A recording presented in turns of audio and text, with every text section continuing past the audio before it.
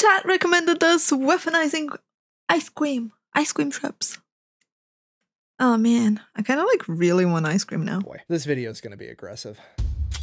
Aggressive. Today we're talking about the biggest logistical flex of all time, the sheer amount of ice cream the US military managed to eat in World War II. Buckle up because it's going to get weird. In 1943, the US military managed to eat 135 million pounds of ice cream. I don't know how you guys want to quantify that, like elephant meters or kilo elephants. It's 10,384. Write that down. Moving on. Hey, real quick, this video is brought to you by my favorite sporting goods store, Shields. They've got over 30 retail locations across the US and an even better online store that offers price matching and satisfaction guaranteed or your money back. So if you need anything from camping gear to sporting goods to casual clothes to work clothes, make sure to go check out Shields in person, or I'll have their link in the description down below. Back to the video. Why on earth was the American military eating so much ice cream? Couple of reasons. Reason number one, America, because America's always number one and we can.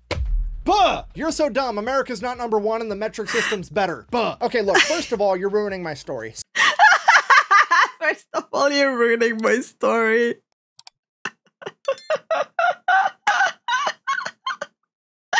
I love this so much. Oh, I love the fact it's like, why are you eating ice cream? Because we can. Damn.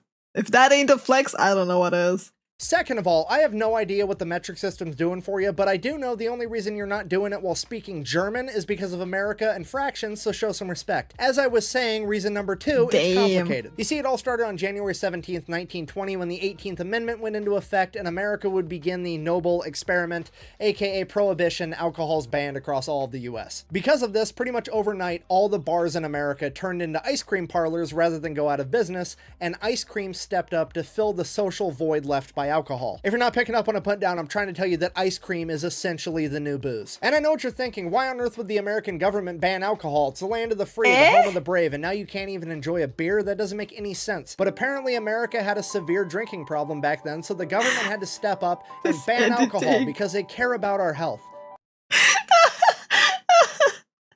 Ah, prohibition. The reason why ice cream rose to the top. We should have prohibition some more. Actually, no, it would mean ice cream goes up. Never mind. Carry on. Right. And then to prove how much they cared about our health, once people naturally started making their own booze at home using industrial alcohol, they started mandating to all the manufacturers of industrial alcohol that they had to put methyl alcohol inside of it, which is poisonous to people. Which as a result led to over 10,000 Americans being poisoned to death during Prohibition by their own government because the government wanted to make them healthy. I'm from the government and I'm here to help. But at least there was a silver lining because— That's so fucking dumb, man. What the fuck? I didn't know that, no. That's terrifying. Prohibition's how we got NASCAR, with a bunch of rednecks hopping up their cars so they could outrun cops. And then naturally they wanted to see if they could outrun each other, and bada bing, bada boom, NASCAR's born. A lot of left turns. Anyways, the point I'm trying to get across to you is the majority of the people that served in World War II grew up in an era where their alcohol was ice cream. Meaning that they're gonna do all the ridiculous shit that military members do for alcohol, but they're gonna do it for ice cream. I mean, during the Korean War, the Seabees stole a train full of booze, and during World War II in 1942, when the USS Lexington, an aircraft carrier, got sank by 2 torpedoes. While the ship was sinking, the crew decided that it was very important that they raided the mess hall first to take all the ice cream with them. Are you kidding me? It's like, I'm not gonna ban the ship without my ice cream. These priorities, man. These priorities. Oh, honestly, yeah, like in my country, we actually have some places where medicinal alcohol is turned into booze and people drink that. There are a lot of jokes about that because, like, some people died because they bought the wrong alcohol. Like, we didn't need a government to poison it. It's just, it was very cheap, so people tried to drink it. They were literally sitting in life rafts eating ice cream out of their helmets. The crews for B-17 and B-24 bombers used to take ice cream mix, put it inside of ammo cans, and then stick it inside the ball turrets when they went on a bombing run, because then if they made it back after successfully bombing the enemy, the ball turret got cold enough and there was enough turbulence.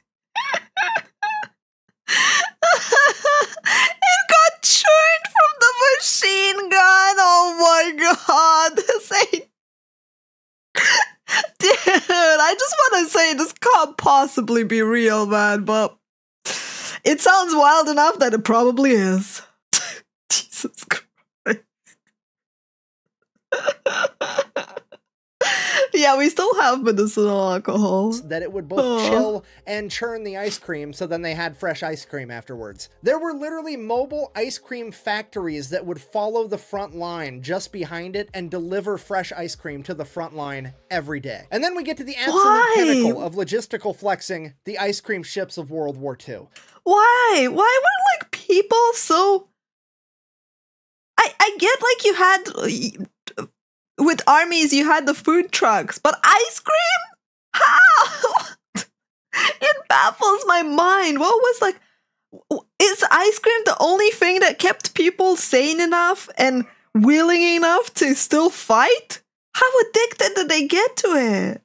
Yeah, the Navy had 3 of these things. They could make 500 gallons of ice cream a day. They had enough refrigerated storage to hold 2,000 gallons, and their entire job was to make ice cream and deliver it around the Pacific Theater. Now, to be fair, it's technically not a ship. It was a concrete barge. If you don't know the difference, a barge doesn't move under its own power. It's basically got to be pulled around by tugboats. Also, when I say concrete barge, a lot of people seem to misinterpret it and think that it was a barge that was used for mixing concrete, and then they retrofitted it to make ice cream instead. That's not what happened. It's literally made out of concrete. During World War II, pretty much everything was being rationed, and the US military experimented with making boats and barges out of concrete, like the USS Quartz was completely made out of concrete. Damn. And then later, after they determined that the barges sucked, the US Navy took 3 of them, spent $1 million on each, retrofitted it into an ice cream factory. And not only is this the biggest logistical flex of all time, it very well may be the biggest morale-changing factor ever. I mean, think about this. It is 1945, and these guys are eating a frozen dairy treat